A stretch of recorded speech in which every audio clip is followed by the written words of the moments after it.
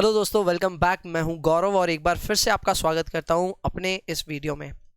ये वीडियो है second part on business cycle. इससे पहला पार्ट जो है, इससे पहला वाला जो पार्ट है उसमें हम लोगों ने बिजनेस साइकिल क्या होती है उससे रिलेटेड कुछ फेजेस के बारे में बात की और उसके कुछ कैरेक्टरिस्टिक्स के बारे में बात की। काफ़ी सारी अच्छी अच्छी चीज़ों के ऊपर में बात हुई है और वहाँ पे क्वेश्चंस आने की प्रोबेबिलिटी काफ़ी हाई है। बट ये वाला वीडियो भी कुछ कम नहीं है। इसमें हम लोग कवर करने वाले हैं लर्निंग आउटकम बी, जहां पे और डिटेल डिस्कशन होगी about particular economic activities happening in a phase. किसी भी एक पर्टिकुलर फेज में क्या क्या हो रहा होता है उन सब चीज़ों के बारे में बात करेंगे। अगर आप कॉन्टेक्स्ट भूल गए हैं बिजनेस साइकिल का तो एक बार मैं फिर से दोहरा देता हूं। Business cycle is an economic phenomenon जहां पे तेजी और मंदी आपको देखने को मिलती है थ्रू आउट द इकोनॉमी। आपकी इकोनॉमी में कभी तेजी आएगी, कभी मंदी आएगी, and this is quite normal. इस तेजी और मंदी के टोटल 4 फेजेस हैं और उन 4 फेजेस में क्या क्या हो रहा होगा इससे रिलेटेड इंफॉर्मेशन अब हम लोग इस लर्निंग आउटकम में पढ़ेंगे। इस वीडियो को 2 लोग देख रहे हैं, हमारे एनरोल्ड स्टूडेंट्स ऑब्वियसली देख रहे हैं, वड़कम यानी कि वेलकम। और इसके अलावा यूट्यूब पे अगर इस वीडियो को कोई देख रहा है तो उनको मैं बता दूं, डिस्क्रिप्शन जरूर चेक कीजिएगा, जहां पे आपको आइडिया लगेगा कि और वीडियो पार्ट्स देखने के लिए आपको क्या करना है। डिस्क्रिप्शन जरूर देखिएगा। विद दैट बीइंग सेड, मैं लर्निंग आउटकम बी की शुरुआत करता हूं। आपके हाथों में होने चाहिए ये शीट, मैं फिर से रिपीट कर देता हूं। Let's get into number 1, resource use fluctuation. ये रिसोर्स यूज फ्लक्चुएशन की अगर मैं बात कर रहा हूं तो इसका मतलब यहाँ पे ये है कि हम लोग यहाँ पे कैसे काम कर रहे होंगे, इनपुट्स यूज हो रहे होंगे, वेजेस हो रहे होंगे, या फिर मैं फैक्टर्स ऑफ प्रोडक्शन पे अभी क्या इंपैक्ट पड़ेगा इन डिफरेंट डिफरेंट फेजेस, उसके बारे में हम बात करेंगे। सबसे पहला पॉइंट यहाँ पे जो आपको देखने को मिल रहा है वो है डाउनटर्न में हो क्या क्या रहा है। तो देखिए, डाउनटर्न में लिखा है व्हेन डाउनटर्न स्टार्ट्स, नंबर 1 क्या हो रहा है, आपका एग्रीगेट डिमांड डिक्रीज हो रहा है। Now this is quite simple, हम ये बात समझ चुके हैं कि जब इकोनॉमी में स्लो डाउन होगा या इकोनॉमी में रिसेशन देखने को मिलेगा तब लोग खर्चे नहीं करेंगे, and because of the fall in aggregate demand you will definitely C that the aggregate demand is falling. Number 2, you will also see that the inventories में स्टार्ट टू अक्यूमुलेट। ऐसा क्यों हो रहा है? क्योंकि जब मंदी आती है उससे जस्ट पहले एक तेजी आती है और उस तेजी में बिजनेसेस इतने ऑप्टिमिस्टिक होते हैं कि वो लोग अपनी प्रोडक्शन एकदम मैक्सिमम स्केल पे कर रहे होते हैं, और वैसे में प्रोडक्शन फुल स्विंग में हो रही है और अचानक से एक रिसेशन जब आता है या एक मंदीवाड़ा जब आता है तो लोग बाजारों तक आना बंद कर देते हैं और वो जो इतना एक्सट्रीमली हाईली प्रोडक्शन जो हुआ था वो स्टॉक्स में तब्दील हो जाता है, यानी कि सारे के सारे इन्वेंट्री बन के पाइल अप हो जाता है और बिकता नहीं है, जिसके वजह से inventories will start to accumulate. लेकिन इस पॉइंट पे जैसे ही इन्वेंट्रीज बढ़ने लग जाती है बिजनेसेस को समझ में आ जाता है कि बॉस अब यहां रुक जाना चाहिए क्योंकि तेजी के दिन खत्म हो चुके हैं और मंदीवाड़ा शुरू हो चुका है। तो उस पॉइंट पे फर्दर प्रोडक्शन कम हो जाती है, जिसके कारण you will see that new inventories and new production equipments are no longer ordered by the companies as well. So यहाँ पे देखा जाए तो नटशेल में डाउनटर्न में 3 चीजें हो रही हैं। नंबर 1, लोग बाजार आना बंद कर दिए, यानी कि एग्रीगेट डिमांड डिक्रीज हो रहा है। नंबर 2, बिकॉज लोग आ नहीं रहे हैं लेकिन हमने प्रोडक्शन बहुत हाई की थी इन दिनों में, इसलिए हमारा जो इन्वेंट्री लेवल है वो अक्यूमुलेट हो जाएगा, यानी कि बढ़ जाएगा। And finally companies will also stop their production activities, जिसके वजह से नए इन्वेंट्रीज या फिर नए प्रोडक्शन इक्विपमेंट के ऑर्डर्स में भी गिरावट आएगी।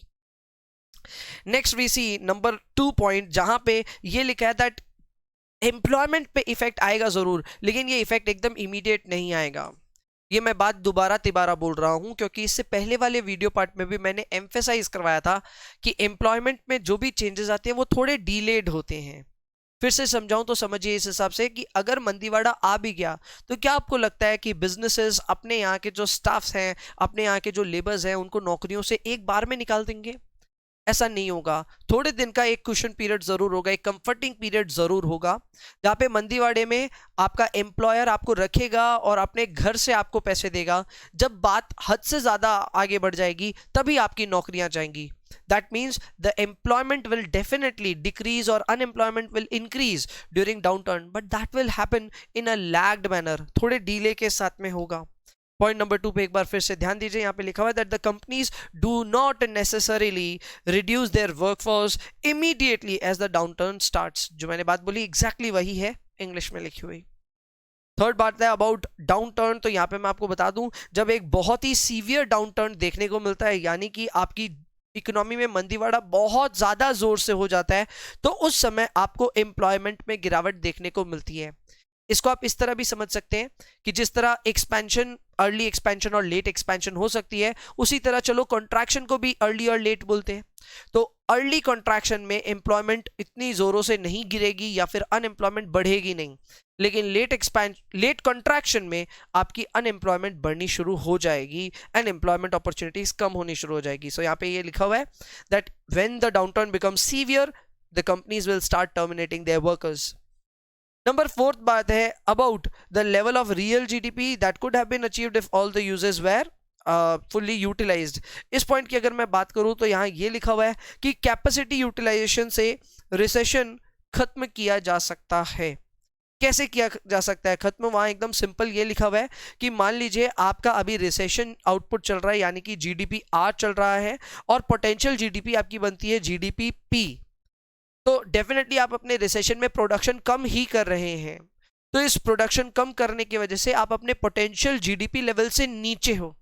यहां से अगर आपको वापस सुनहरे दिन देखने हैं तो कैसे ना कैसे करके आपको अपने रियल जीडीपी लेवल को बढ़ाना होगा, प्रोडक्शन करना होगा and you will have to reach your potential output level. जब आप अपने रिसेशन आउटपुट लेवल से पोटेंशियल आउटपुट के बीच के गैप को खत्म कर दोगे, उस दिन आप रिसेशन से भी बाहर आ जाओगे। This has been clearly mentioned here. Obviously ये डिफिकल्ट होता है कि सिर्फ प्रोडक्शन करने से तो काम चलेगा नहीं, डिमांड भी तो होनी चाहिए। सो ये जो मेजर आपको बताया कि सप्लाई बेस्ड मेजर है, डिमांड बेस्ड मेजर अगर कुछ हो तो ज्यादा अंडरस्टैंडेबल होता है, ज्यादा इजी होता है उसको करना। नॉनदलेस एक मेजर जरूर है, हम इसे ध्यान रखेंगे। Then we have the 5th point, जहां पे एक इकोनॉमी जब रिसेशन से जस्ट रिकवर हो रही है, यानी कि ट्रफ चल रहा है, उस समय क्या क्या हो रहा होता है एक इकोनॉमी में। तो यहाँ पे 4 तरह से ऑब्जर्वेशंस मैंने लिखी है ए बी सी डी करके। ए में जो मेन बात लिखी है वो ये है कि यहाँ पे वेजेस अभी भी गिर रही हैं, इनपुट प्राइसेस भी गिर रहे हैं, जिसकी वजह से आपका कॉस्ट ऑफ प्रोडक्शन काफी कम है अभी। ये इसलिए क्योंकि आप एक रिसेशन से अभी रिकवर किए नहीं हो, you are just showing some signs of recovery. इस फेज में लेबर्स की नौकरियां जा रही हैं, तो जो टिकना चाहते हैं आपके साथ में वो कम पगार पे भी काम करने को रेडी हो जाएंगे। That means when you witness a recession, you will obviously get your labor in a cheap price, और वो cheap price की वजह से आपके wages कम हो जाएंगे। wages क्या, मैं तो कहता हूँ inputs के prices भी कम हो जाएंगे, क्योंकि जब आप recession में होते हो तो आप क्या पूरी इकोनॉमी में प्रोडक्शन के लेवल काफी कम होते हैं, और प्रोडक्शन एक्टिविटी कम हो जाने से रॉ मटेरियल बेचने वाले जो सप्लायर्स हैं वो भी अपने दामों में थोड़े कॉम्प्रोमाइज करते हैं, सो दैट आपको थोड़ी सी मोटिवेशन मिले। ऐसे में you will see that your wages as well as your inputs have taken a downturn. यहाँ पे प्राइसेस गिर चुके हैं, जिसकी वजह से आपका कॉस्ट ऑफ प्रोडक्शन भी कम हो जाएगा, and that can give you a serious motivation to produce now. आप कम पगार में और कम इनपुट्स में प्रोडक्शन करना चाहोगे, ये आपको हो सकता है थोड़ा सा मोटिवेशन आए, and that would initiate a recovery. तो ये एक बहुत इंपॉर्टेंट पॉइंट है यहाँ पे। नंबर 2 पॉइंट है about the monetary authority behaviour as well. अगर हम एक मंदीवाड़ा देखें तो वहां पे देश में बहुत घनघोर मंदी आई हुई है। आरबीआई क्या करेगी? वेल, आरबीआई भी इंटरेस्ट रेट्स को गिरा के रखेगी। ये इंटरेस्ट रेट्स को गिराते वो इसलिए हैं ताकि बिजनेसेस को मोटिवेशन मिले कि लोन सस्ते में लेकर के उसकी इन्वेस्टमेंट या प्रोडक्शन में उसको लगाया जाए उस पैसे को। तो यहाँ पे अगर आप अपने देश की रिकवरी चाहते हो तो ऑब्वियसली इंटरेस्ट रेट यहाँ पे कम होनी भी चाहिए, और इस कम इंटरेस्ट रेट का बेनिफिट प्रोडक्शन हाउसेस ले सकते हैं। प्रोडक्शन एक्टिविटी को बढ़ा करके इस पोटेंशियल जीडीपी तक पहुंच करके रिसेशन से बाहर आया जा सकता है, रिकवर किया जा सकता है। तो रिकवरी में पहला पॉइंट जो हमने पढ़ लिया है वो है वेजेस और इनपुट्स के कम होने से कॉस्ट ऑफ प्रोडक्शन के कम होने का, और दूसरा है लोन्स भी सस्ते होने का, because interest rates have also declined here. Third point is about consumer spending. मैं यहाँ पे आपको बात बता रहा था अबाउट इंटरेस्ट रेट्स, तो इंटरेस्ट रेट कंज्यूमर के लिए भी लागू होती है। जब इंटरेस्ट रेट कम होते हैं तो सिर्फ कॉर्पोरेट्स के लिए नहीं होते, बल्कि I would say consumer loans also become cheaper. यानी कि अगर आप एक मंदीवाड़े में हो तो उस समय होम लोन्स हो, कार लोन्स हो, या फिर में पर्सनल लोन्स हो, इन सब पे भी रेट्स में एक सिग्निफिकेंट डिक्लाइन देखने को मिलता है, which might motivate a consumer as well कि जाओ थोड़ा सा खर्चा कर लेते हैं। और जब वो खर्चा बढ़ाएंगे तो aggregate demand in the economy would increase, and that would help the economy recover as well. मैंने आपको पहले ही बताया था, एक सप्लाई बेस्ड मेजर होता है और एक डिमांड बेस्ड मेजर होता है। सप्लाई तो ऑब्वियसली प्रोडक्शन से होगा, और प्रोडक्शन के लिए मोटिवेशन है lesser cost of production. Demand के लिए जो मोटिवेशन होगा वो प्राइमरीली होगा obviously lower prices, and number 2 होगा lower rate of interest as well. यानी कि सस्ते प्रोडक्ट जब मिल रहे होंगे और इंटरेस्ट रेट भी कम होगी, उस समय consumer might try to increase their spending. And finally we see what will happen with production, जिसको मैंने पॉइंट नंबर 1 में भी कवर कर दिया। पॉइंट नंबर 1 में मैंने यहां तक बात आपको बोली थी कि आपको कॉस्ट ऑफ प्रोडक्शन गिरेगा, और पॉइंट नंबर 4 उसी को कंटिन्यू करते हुए ये लिख रहा है दैट अगर आपका कॉस्ट ऑफ प्रोडक्शन गिरेगा तो आपका प्रोडक्शन बढ़ जाएगा, क्योंकि कम दाम में ऑब्वियसली आप प्रोड्यूस करना चाहोगे, और जब प्रोडक्शन बढ़ेगा तो जीडीपी भी बढ़ जाएगी आपके देश की, और आप रिकवरी के मोड में आ जाओगे। रैप अप करूं अगर मैं सारी बातों को, तो यहाँ पे यही लिखा हुआ था कि किस तरह आप अपने रिसेशन से रिकवर हो सकते हो। तो उसका पहला कारण ये था कि जब आप रिसेशन देखते हो तब आपकी वेजेस डिक्लाइन करती है, आपके इनपुट प्राइसेस भी डिक्लाइन करते हैं, रिजल्टिंगली कॉस्ट ऑफ प्रोडक्शन कम हो जाता है। कम होते हुए कॉस्ट ऑफ प्रोडक्शन को देखते हुए बिजनेस हाउसेस मोटिवेट होते हैं और प्रोडक्शन करने में, एंड प्रोडक्शन के बढ़ाने से जीडीपी बढ़ जाती है। वहीं पे अगर मैं इंटरेस्ट रेट की बात करूं तो इंटरेस्ट रेट भी काफी लो होती है when you are in a recession. इस लो इंटरेस्ट रेट का फायदा बिजनेस हाउसेस भी लेते हैं और कंज्यूमर्स भी लेते हैं। बिजनेसेस सस्ते इंटरेस्ट रेट पे नए नए इक्विपमेंट या फिर में परचेज कर पाते हैं रॉ मटेरियल, और बाद में एक सस्ता प्रोडक्शन भी कर पाते हैं। वहीं पे अगर हम रिटेल लोन्स की बात करें तो रिटेल लोन्स भी काफी सस्ते होते हैं इस पॉइंट पे, और उसके वजह से एग्रीगेट डिमांड भी बढ़ती है। Because of the increase in both aggregate demand as well as aggregate supply, आपकी रियल जीडीपी शिफ्ट होती है राइट वर्ड्स। इसका मतलब आप देखते हो कि आपकी पोटेंशियल जीडीपी अचीव हो जाती है and you recover yourself. So that's how a recovery takes place. इसके अलावा इकोनॉमिक एक्टिविटी जब इंक्रीज होती है तो क्या क्या डिलेड होता है, उस पॉइंट को लिखा हुआ है पॉइंट नंबर 6 में। यहां पे आपको बोला गया है कि न्यू हायरिंग की अगर आप बात करें और कैपिटल एक्सपेंडिचर की बात करें तो इन दोनों में रिएक्शंस काफी डिलेड होते हैं। ये बात अगेन वापस समझा रहा हूं, दोबारा तिबारा, आई डोंट नो कितनी बार मैंने बताया है, फिर बता देता हूं। सर अगर रिकवरी हो भी जाएगी ना तो भी बिजनेसेस इतने कॉन्फिडेंट नहीं होंगे कि नए नए स्टाफ को अपने बिजनेस में एम्प्लॉय कर लें। They will take time to employ newer staff. That means hiring थोड़ी सी delayed जरूर होगी। Similarly, they will not also be very reluctant to what to say invest in machineries as well। उस point पे नए नए showrooms या फिर नए नए फैक्ट्रीज खोलने की भी इच्छा थोड़ी कम रहती है, क्योंकि आपने एक रिसेशन देखा है और रिकवरी जस्ट हुई ही है, तो आप इतने कॉन्फिडेंट नहीं हो, और कॉन्फिडेंट कम होने की वजह से आप कैपिटल एक्सपेंडिचर भी थोड़े डिलेड फॉर्म में करते हो। ये सारी बातें पॉइंट नंबर 6 में लिखी है, मैं आपके लिए एक बार पढ़ देता हूं। यहां लिखा है companies are unlikely to immediately start hiring new workers, however companies will start accumulating their inventories of finished products। वो जरूर होगा, थोड़ा बहुत प्रोडक्शन करना शुरू जरूर कर देंगे, लेकिन उन्हीं हायर्ड स्टाफ को बोलेंगे कि आप थोड़ा सा एफिशिएंसी अपना बढ़ाओ और ज्यादा प्रोडक्शन करके दो। यानी कि कम लोगों से ज्यादा काम करवाया जाएगा उन दिनों, और नए लोगों को हायर नहीं किया जाएगा। और यहाँ पे ये भी लिखा है कि आप थोड़ा बहुत इंक्रीज इन कैपिटल एक्सपेंडिचर देख सकते हैं, लेकिन कैपिटल एक्सपेंडिचर भी बहुत ज्यादा इंक्रीज नहीं होगा, and thereafter you will see that your economy has actually moved into a boom. Next हम लोग बात करते हैं फ्लक्चुएशन इन कैपिटल स्पेंडिंग की। तो इसमें early stage of contraction, early stage of expansion और लेटेस्ट स्टेज ऑफ एक्सपेंशन हमें कवर करना है। यहां पे अर्ली स्टेज ऑफ कंट्रैक्शन में ये लिखा हुआ है कि जब मंदीवाड़ा जस्ट आने वाला है, यानी कि आप अपने लगभग पीक के आसपास में हो, तब आप कैपिटल स्पेंडिंग में धीरे धीरे कट्स देखना शुरू करते हो। जो बिजनेस हाउसेस है उनको एक अंदाजा लग जाता है कि तेजी अब यहां खत्म हो रही है, and they start cutting a little bit of their capital spending. सबसे पहले जो ऑर्डर्स कैंसिल करते हैं वो है टेक्नोलॉजी रिलेटेड या फिर लाइट इक्विपमेंट्स। अगर कोई एक बिजनेस है या फिर ओवरऑल इकोनॉमी है जो टेक्नोलॉजिकली अपग्रेड करना चाहता था खुद को, लेकिन उसको समझ में आ गया कि एक मंदी आ रही है आगे, तो टेक्नोलॉजी हो सकता है कि वो डेफर कर दे। वहीं पे लाइट इक्विपमेंट्स के ऑर्डर भी रिप्लेस करना बहुत आसान है, जल्दी से रिप्लेस कर सकते हैं उसको, या फिर में और जब भी उसको प्लेस करेंगे तो बहुत जल्दी उसकी प्रोक्योरमेंट पॉसिबल है, इसलिए उसको कैंसिल किया जा सकता है। सो फर्स्ट, सबसे पहले जैसे ही आपको मंदी का अभाव होगा, एक आभास होगा, उस समय आप इन दो चीजों को ना करेंगे। ये है एक टेक्नोलॉजी और दूसरी है light equipment. And then we have the cancellation of complex equipments and construction equipment.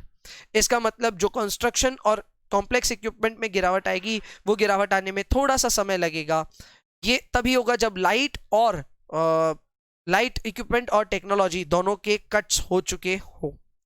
And last में जब एक साइक्लिकल डाउनटर्न ऑलमोस्ट हो ही जाएगा या मैच्योरिटी के आसपास आ जाएगा, जब अब हमारे पास कोई चारा नहीं है, उस पॉइंट पे हम लोग हेवी इक्विपमेंट्स के ऑर्डर कैंसिल करना शुरू करेंगे। सो that is how the cuts will happen during the early stage of contraction. अगर एक्सपेंशन में मैं आपको बात बताऊं तो वहां पे भी यही बात लिखी है कि एक्सपेंशन जैसे ही आपका धीरे धीरे शुरू होगा, उस समय आपका कैपिटल यूटिलाइजेशन ऑलरेडी काफी लो है, यानी कि आप एकदम मंदीवाड़ा देख करके आए हो, प्रोडक्शन ना के बराबर हो रही है। अचानक से जब तेजी थोड़ी सी आ भी जाती है तो भी आपकी कैपेसिटी यूटिलाइजेशन काफी कम है, आप अपने एग्जिस्टिंग रिसोर्सेज से भी काफी प्रोडक्शन अभी भी कर सकते हो। तो उस मौके पे कैपिटल स्पेंडिंग ज्यादा नहीं होती, थोड़ी बहुत होगी, एकदम थोड़ी बहुत, बट ठीक है, थोड़ी बहुत होगी जरूर। एंड ये होगी क्यों, इसके पीछे दो बड़े कारण हैं। पहला कारण ये है कि आपकी अर्निंग्स और आपके फ्री कैश फ्लोज में इंक्रीज देखने को मिलेगा, which will give you a boost कि चलो अब यहां से तेजी जरूर आएगी, और तेजी के एक्सपेक्टेशन के साथ में आप थोड़ी बहुत स्पेंडिंग कर दोगे। एंड दूसरा ये है कि कई बार सेल्स ऐसे ऐसे ऑर्डर्स की भी आती है जो पुराने कैंसिल हो गए थे, उनको अब वापस सेल के रूप में आपको करना होता है। तो ऐसे में आप सोचते हो कि चलो current sales as well as पुराने ऑर्डर्स को दोनों को लिफ्ट करने के लिए थोड़ी सी स्पेंडिंग करके ज्यादा प्रोडक्शन एक बार में किया जाए। So that is also possible. And then we have later stage of expansion, जहां पे बस ये आपको बोला है कि लेटर स्टेज ऑफ एक्सपेंशन में you will see that the spending on new capacity, newer capacity में जो आपका इन्वेस्टमेंट होगा वो जरूरत से पहले ही आप करने लग जाओगे। तब आपको समझ में आ जाएगा that people have become over optimistic. इसका मतलब सपोज करो मेरी फैक्ट्री की कैपेसिटी है 1 लाख मेट्रिक टन्स, ज्यादा है कि कम है मुझे नहीं मालूम, पर ठीक है, सपोज कीजिए 1 लाख मेट्रिक टन्स मेरी फैक्ट्री की कैपेसिटी है, और मैं 80,000 पे ही पहुंचा, और उसी समय मैं सोचा नहीं नहीं एक और नई फैक्ट्री बैठानी पड़ेगी। तो ये जो नई फैक्ट्री बैठेगी ये कैपेसिटी यूटिलाइजेशन पूरा होने से पहले ही हो गया। एंड इस चीज को हम लोग एज अ सिग्नल देख सकते हैं of a letter stage of expansion. यानी कि जब आपको ऐसा समझ में आए कि ओवरऑल इकोनॉमी में कैपेसिटी यूटिलाइजेशन फुल नहीं है, फिर भी नए नए इन्वेस्टमेंट्स किए जा रहे हैं, तब समझ जाइएगा that people have got greedy and this is probably a sign of later expansion. Then we have fluctuations in inventory level. इसको पूरा इंपॉर्टेंट मार्क कर लीजिएगा, एक्सट्रीमली इंपॉर्टेंट। पॉइंट नंबर 1 इतना इंपॉर्टेंट नहीं है, पॉइंट नंबर 2 आपको स्ट्रेट अवे यही बात बोलता है कि यहाँ पे जिस रेशियो को सबसे ज्यादा इंपॉर्टेंस आपको देनी है वो है inventory sales ratio. That means go on to compare your inventory levels with your sales levels, and वो आपको काफी सारा आइडिया देंगे। कैसे कैसे आइडियाज देंगे, बहुत ही सीधा है। थर्ड पॉइंट आपको क्लियरली बोल रहा है कि अगर आप अपने इकोनॉमिक साइकिल के पीक पे हो, यानी कि बहुत अच्छे दिन देख रहे हो, उधर तक जाते जाते आपका इन्वेंट्री सेल्स रेशियो इंक्रीज करना शुरू कर देगा। ऐसा क्यों होता है? क्योंकि जब आप अपने पीक पे पहुंच जाते हो तब आप देखते हो कि आपकी एग्रीगेट डिमांड धीरे धीरे कम होने लगी है, पर आपने प्रोडक्शन इतना ज्यादा कर दिया था कि आपकी इन्वेंट्री पाइल अप हो रही है। ऐसे में इन्वेंट्री और सेल्स का रेशियो अगर आप निकालेंगे तो you will see that there is an increase in inventory sales ratio. इस इन्वेंट्री सेल्स रेशियो में जो इंक्रीज आएगा उसको कम करने के लिए या फिर उसको रोकने के लिए आप एकदम से अपनी प्रोडक्शन को कट डाउन करोगे, और जैसे ही आप अपनी प्रोडक्शन को कट डाउन करोगे, ये पॉइंट नंबर 4 पढ़ रहा हूं मैं, उस समय आपके जीडीपी में गिरावट आएगी and you will see a transition between expansion to contraction. उसके बाद में जब आपका बिजनेस प्रोडक्शन ऑब्वियसली कम करेगा, जितनी सेल्स रिक्वायर्ड है उससे भी कम, तो you will see that you are disposing of unwanted inventories, और तब जाकर के आपका इन्वेंट्री सेल्स रेशियो धीरे धीरे गिरना शुरू होगा। ये बात ऐसी है कि आप जब प्रोडक्शन बहुत हाई किए थे और सेल नहीं हो रही थी तो ऑब्वियसली इन्वेंट्री पाइल अप हो गई थी और इन्वेंट्री सेल्स रेशियो काफी हाई हो गया था। But now since you are able to sell a little bit but you are not producing at all, तो उस समय इन्वेंट्री धीरे धीरे आपके घर से निकलेगी and you will see that your inventory sales ratio is now declining.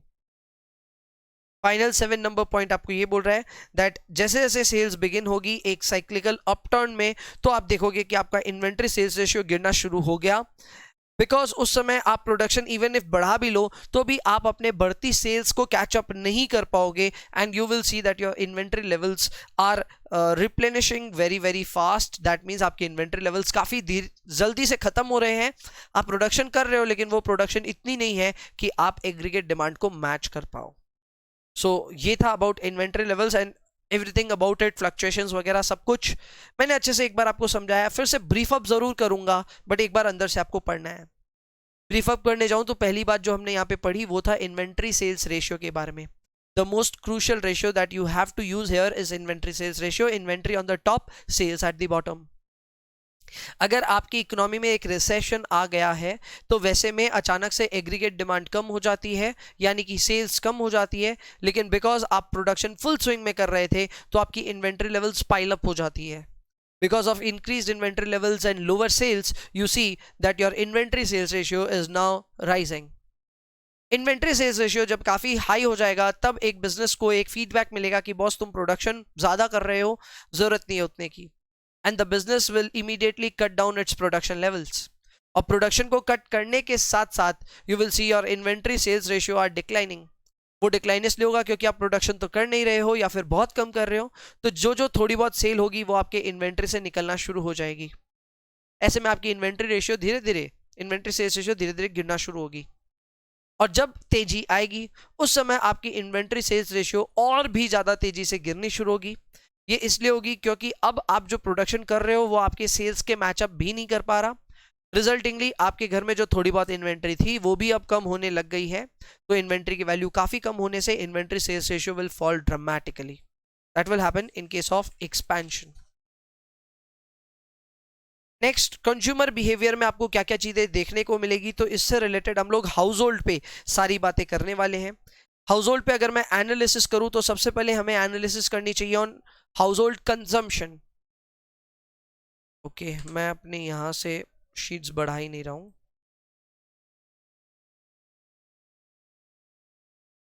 हम आ गए हैं अपने कंज्यूमर बिहेवियर में जहां पे मैं analysis of house hold consumption आपको बता रहा हूं। अगर बात करूं मैं हाउस होल्ड कंजम्पशन की तो यहाँ पे पॉइंट नंबर 1 आपको ये बोल रहा है कि जब इकोनॉमिक डाउनटर्न होगा तब ड्यूरेबल्स पे प्रभाव सबसे ज्यादा होगा, नॉन ड्यूरेबल्स पे कम। Talking of durables I am talking about cars और एक्सपेंसिव लग्जरी आइटम्स। तो सबसे पहले जैसे ही आप एक इकोनॉमिक डाउनटर्न देखोगे आप ऑब्वियसली नॉन ड्यूरेबल्स यानी कि नेसेसिटीज की डिमांड कम नहीं करोगे। आप जिसकी डिमांड कम करोगे वो होगा आपका ड्यूरेबल्स, यानी कि गाड़ी वगैरह ये सब जो चीजें हैं, या हाउस होल्ड्स या घर भी हो, तो उन सब चीजों को आप पोस्टपोन करना शुरू कर दोगे। तो इसका मतलब क्या है? इसका मतलब एकदम सीधा है। अगर आपने ड्यूरेबल में देखा है कि स्पेंडिंग कम हो रही है, जैसे फॉर एग्जांपल अगर ऑटोमोबाइल सेल्स कम होनी शुरू हो जाए तो that is an early indication कि यहां से अब एक इकोनॉमिक स्लो डाउन या फिर में एक रिसेशन देखने को मिल सकता है। ये बात क्लियरली मेंशन्ड है इन पॉइंट नंबर 2 जहां पे ये लिखा है that a weakness in durable spending may be an early indication of general economic weakness and increase in such spending में सिग्नल अ मोर जनरल सिक्लिकल रिकवरी। इसका मतलब अगर ड्यूरेबल्स पे ज्यादा खर्चा होने लगे तो समझ लेना रिकवरी हो रही है, और अगर खर्चा कम होने लगे तो समझ लेना कि एक रिसेशन आपका इंतजार कर रहा है। Next we have analysis on consumer confidence and sentiment. तो उसके लिए सिंपल है, आप ऑब्वियसली एस्टिमेट कर सकते हो। अगर consumers are optimistic then you might witness an expansion, if they are pessimistic तब आपको रिसेशन देखने को मिल सकता है। बट इंटरेस्टिंग बात यह है आप ये करोगे कैसे? तो सिंपल है सर, अगर आपको लोगों के सेंटिमेंट्स जानने हैं तो आप सर्वे कराइए। तो सर्वे एक पॉसिबिलिटी तो है, लेकिन ये सर्वेज इन द पास्ट ज्यादा काम नहीं आए। They have not reflected the actual consumer behaviour, इसलिए थोड़ा उससे बच के भी रहना चाहिए। Next we have analysis of household income. और analysis of household income की जब हम बात करें तो हमें दो तरह की इनकम की बात करनी है यहाँ पे। पहली है डिस्पोजेबल इनकम, दूसरी है permanent income. Well, permanent income basically आपको अपने वेल्थ से मिलती है, और डिस्पोजेबल इनकम वो है जो आप रोजमर्रा में कमा रहे हो। सीधा सीधा बताऊं तो अगर आपकी इन्वेस्टमेंट से आपको कोई कमाई आ रही है तो उसे मैं कहूंगा परमानेंट इनकम, और आप जहां सैलरी से पैसे कमा रहे हो वो है डिस्पोजेबल इनकम। तो ये बात समझनी बहुत ज्यादा जरूरी है कि आप अपने परमानेंट इनकम जो है उससे नॉन ड्यूरेबल्स परचेस करते हो, और जो आपके डिस्पोजेबल इनकम है उससे ड्यूरेबल्स परचेस करते हो। इसका मतलब आपकी permanent income will ensure that you get all your necessities and your disposable income will ensure that you buy your durables. तो ये बात बहुत इंपॉर्टेंट है समझने की कि अगर आपकी परमानेंट इनकम में कोई कम बेसी हुआ तो you will see a change in non durable spending, and अगर आपके डिस्पोजेबल इनकम में कुछ कम बेसी हुआ तो you will see an impact on your durable spendings. ये बहुत ज्यादा जरूरी था, इस चीज को आपको समझना है कि non durables are connected with permanent income, and talking of permanent income this is considered much more stable, and talking of durables या फिर लग्जरी आइटम्स तो वो डिपेंड करता है डिस्पोजेबल इनकम पे, which includes non sustainable income sources. तो अगर sustainable source है तो उसे आप नॉन ड्यूरेबल खरीदते हो, और नॉन सस्टेनेबल सोर्स है या अनसस्टेनेबल सोर्स है या फिर विंडफॉल गेन है तो उसे आप ड्यूरेबल्स खरीदते हो. दोनों का कनेक्शन है, इसे समझ के चलना बहुत जरूरी है. Finally we have analysis of household savings. तो यहां पे ये लिखा है कि जैसे जैसे सेविंग्स की रेट कम होगी वैसे वैसे इकोनॉमिक वीकनिंग भी कम होगी. ये बहुत सिंपल है sir. Savings are connected with the capital formation process. In fact it is the first step. अगर इंडिया में ऑन एन एवरेज सब लोग सेविंग्स बढ़ा दें तो वो सेविंग्स बैंक्स और फाइनेंशियल इंस्टीट्यूशंस के थ्रू कॉर्पोरेट्स तक पहुंच जाएगी, and corporates will restart their production facilities. ऐसे में प्रोडक्शन के बढ़ने से आपकी जीडीपी पोटेंशियल जीडीपी की तरफ मूव करने लगेगी, and you will see that you are coming out of recession. So number one requisite obviously है कि आपको अपनी सेविंग्स बढ़ानी होगी. एंड अगर आप डिफरेंट कंट्रीज को कंपेयर कर रहे हो तो cross border comparison of saving rate अलग अलग ढंग से होता है, वो करना बहुत जरूरी है. ये थर्ड पॉइंट एक क्वेश्चन की तरह आप पढ़ सकते हो, लेकिन जो मेन पॉइंट था वो ये था that yes savings is connected with recovery. अगर सेविंग्स रेट में इंक्रीज हो या फिर जिसको हम बोलते हैं मार्जिनल प्रोपेंसिटी टू सेव, अगर उसमें एक इंक्रीमेंट आपको देखने को मिले तो that will signal an economic weakening. अच्छा, इसको इस तरह से भी देखा जा सकता है. एक तो ये पॉइंट तो ऑब्वियसली कैपिटल फॉर्मेशन का है, दूसरा इसको कॉशन की तरह भी देखा जा सकता है. अगर लोग सेविंग्स बढ़ा रहे हैं तो दे माइट बी फियरिंग कि आगे जाके इकोनॉमी खराब करने वाली है, तो इसको एक कॉशनरी नोट की तरह भी देखा जा सकता है ना.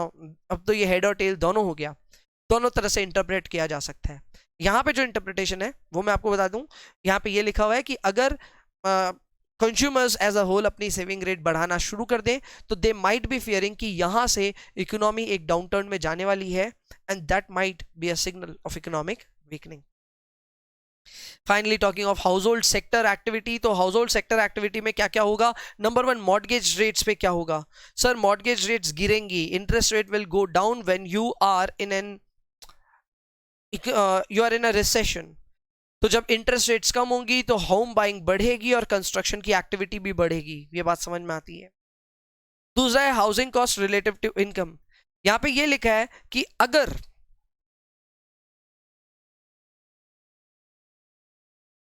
late in cycle when incomes are rising, late in a cycle if home prices are rising faster than incomes, purchase या construction decreases. बहुत सिंपल है सर. अगर घरों के दाम इनकम की इंक्रीमेंट से ज्यादा तेजी से बढ़े तो लोग घर खरीदना बंद कर देंगे. सिंपल सी बात है. अगर मेरा इंक्रीमेंट 10% से होता है और मैं देखूं घर 20% से महंगे होते जा रहे हैं एवरी ईयर, तो शायद मैं जिस घर में हूं उसी घर में रहूंगा, नए घर लेने का सपना एक बार का डेफर कर दूंगा. And because of that, you will see that the overall purchase and construction level in the housing sector decreases. Third up is speculative activity. ये भी बहुत सिंपल है. अगर घरों के दाम excessively expensive हो जाएंगे, it will become highly expensive, तो उस समय लोग dramatically अपने housing activities को decrease कर देंगे, यानी कि speculations को बंद कर देंगे. Buying and selling में गिरावट आएगी जरूर. एंड डेमोग्राफिक फैक्टर्स पे भी हाउसिंग सेक्टर काफी डिपेंड करता है. अगर आपकी इकोनॉमी में यंग पॉपुलेशन बहुत ज्यादा है, जो कि इंडिया में है, तो हाउसिंग सेक्टर हमेशा डिमांड में रहेगा. वहीं पे अगर आपके देश में migration from rural to urban हो रहा है तो उसमें भी घरों की काफी ज्यादा रिक्वायरमेंट रेज होगी, and you will see that the demand for housing sector is increasing.